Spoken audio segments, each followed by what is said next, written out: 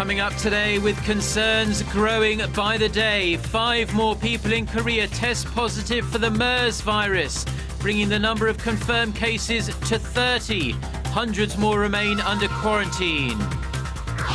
After over 15 years of controversy and criticism, Sepp Blatter announces he is to resign as president of FIFA as the probe into corruption of football's world governing body grows. Plus, the desperate search for survivors goes on as some 430 people remain missing after a cruise ship capsized in China's Yangtze River. Stay tuned for these stories and more.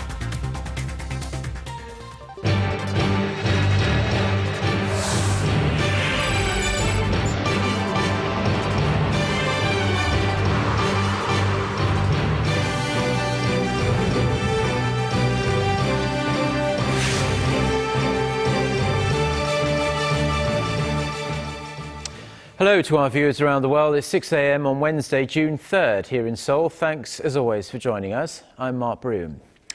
We start with the MERS crisis gripping Korea. The Health Ministry says 5 additional people have tested positive for the MERS virus, raising the total number of infected patients in the country to 30. One of the 5 is believed to have been infected through tertiary transmission while sharing a hospital ward with the country's 16th MERS patient, marking the 3rd such case that a person contracted the virus from a secondary infected patient. The other 4 cases are patients and their family members who are at the same hospital where the nation's patient 0 was admitted in May. Amid worries that more tertiary patients could surge in the next few days, the nation's MERS Emergency Task Force has stressed that all of them were infected within medical centres and not in the regional community.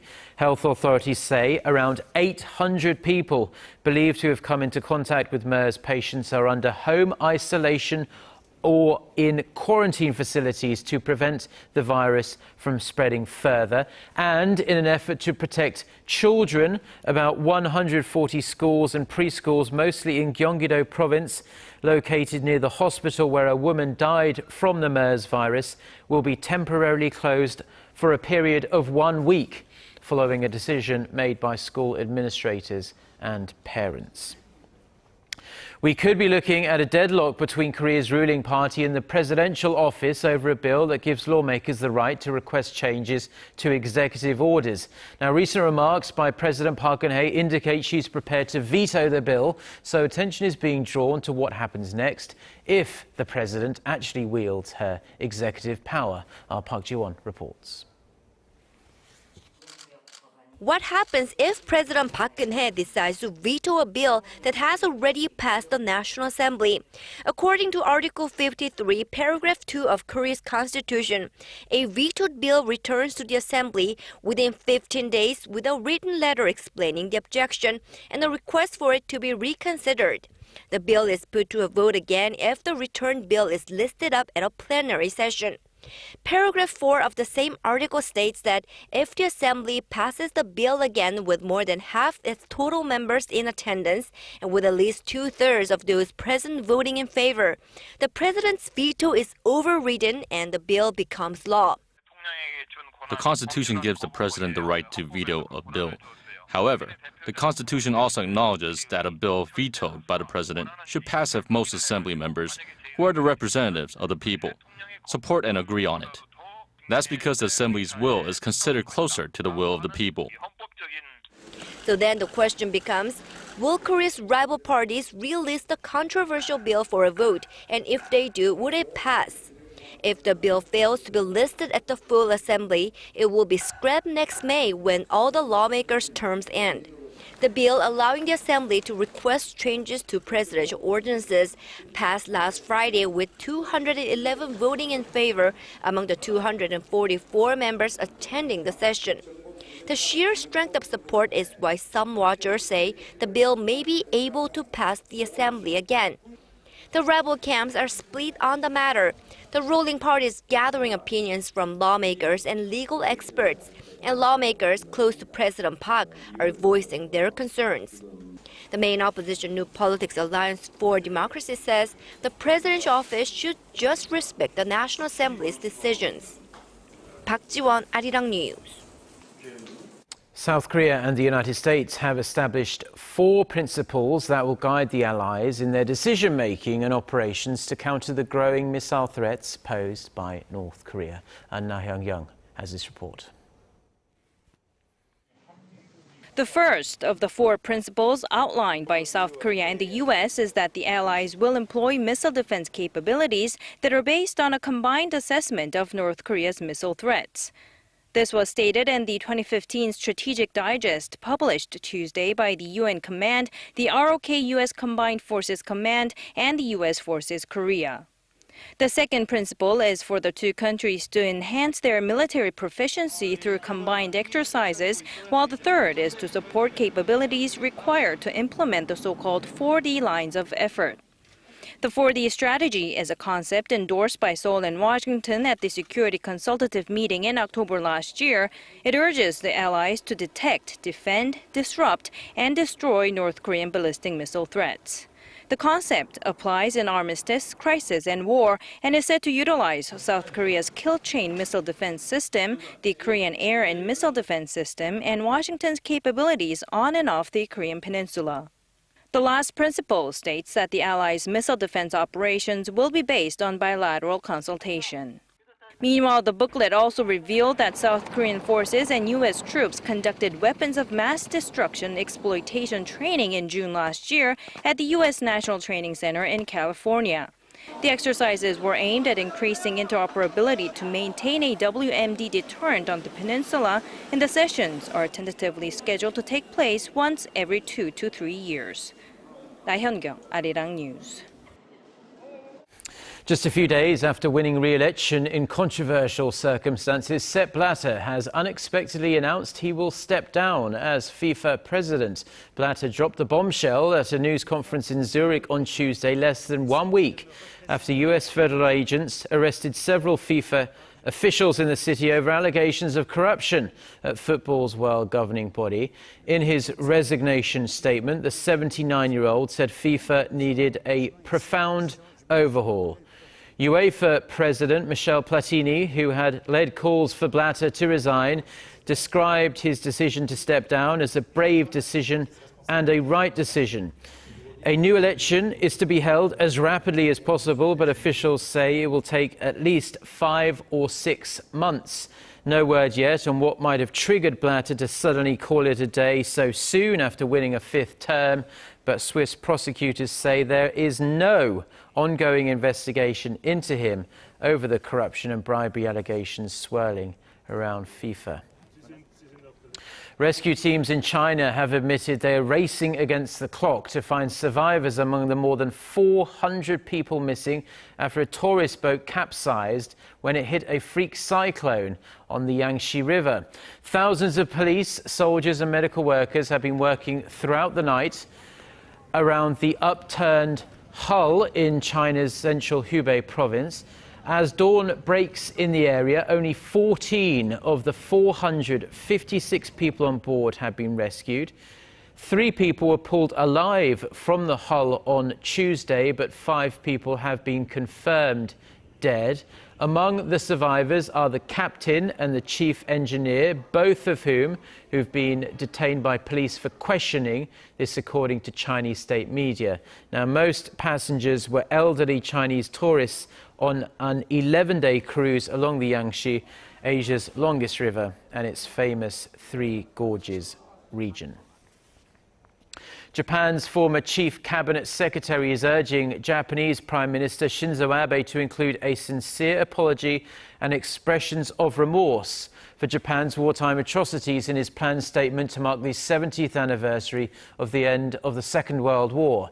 Giving a lecture in Tokyo on Tuesday, Yohei Kono, who issued a landmark 1993 apology for the Japanese military system of sexual slavery during the war, said the victims want more than anything to receive an official apology from the Japanese government. He said it would be unacceptable if such expressions were not included in Abe's forthcoming statement in August, Kono added it's an undeniable fact that women were forced to work in Japan's military brothels.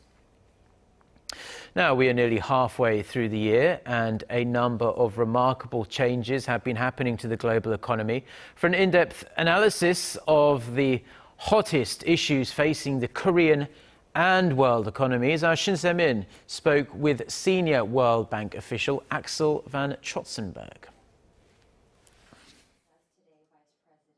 How has China-led Asian Infrastructure Investment Bank, or the AIIB, affected already existing financial institutions like the World Bank? Well, as you know, that over the last couple of decades, there are always new multilateral organizations being created.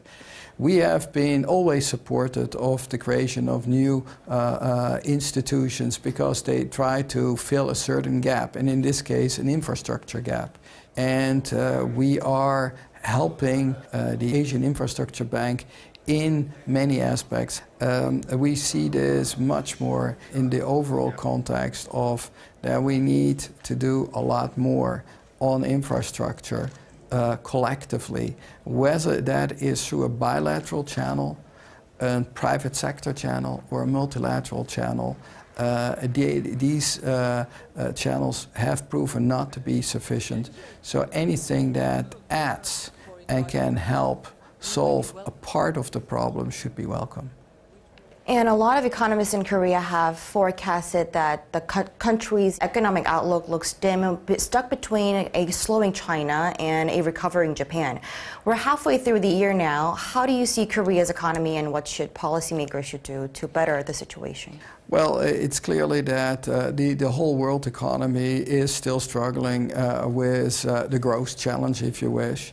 But yes, in China's economy has been softening. Also, world economic growth is still not strong. We see this actually always as an additional reminder to all countries that the structural agenda remains essential to improve competitiveness and see how one can best deal with major structural challenges. There are always structural challenges that are difficult, but that they can help resolve some of the growth problems in the individual countries. The global oil prices has been on a downward streak for some time now, and from what I understand, the lower oil prices should be linked to higher growth, but we haven't been able to see that in a global economy. What are we missing here? Well, I think this is one aspect.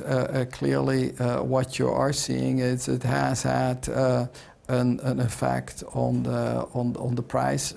You see, there is that inflation has been fallen. Also partly as a result of the oil price.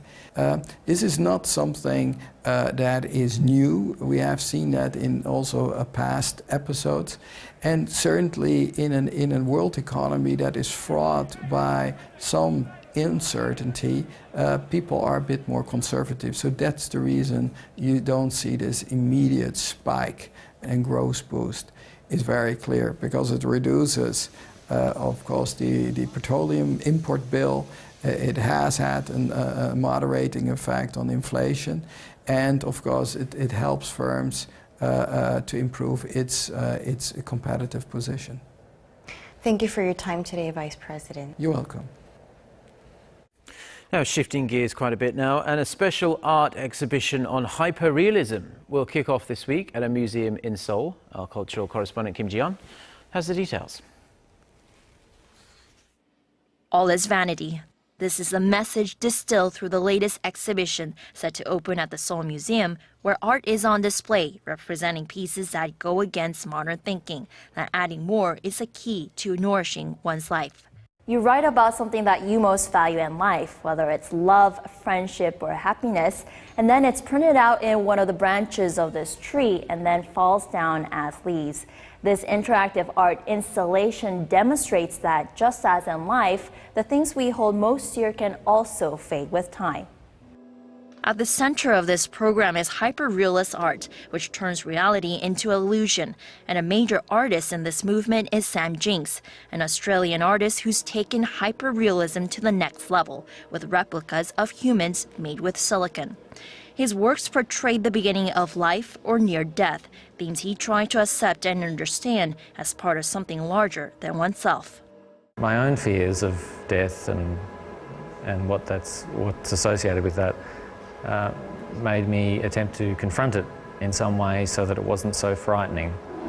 But the experience of holding a newborn baby, it's as alien in many ways as holding a different creature altogether. If you look at it as birth and death, it can feel tragic, but if you're experiencing it in terms of like some sort of revolving, cycle, then it makes it easier to deal with. And astonishing similarities between Jinks' sculptures and real human beings are largely due to the materials he uses. I've always loved detailed work, and even fine jewellery or things that are finely made or carefully made. They tend to last because people treasure them in some way. And I think with this work over here, the woman and child sculpture, I did spend a lot of time refining the detail in the skin to try and give it an extra level of detail that as people moved into it, they can continue enjoying it as they get closer and closer. The exhibition opens this Friday and will run through August 9th. Kim Jeon, Arirang News.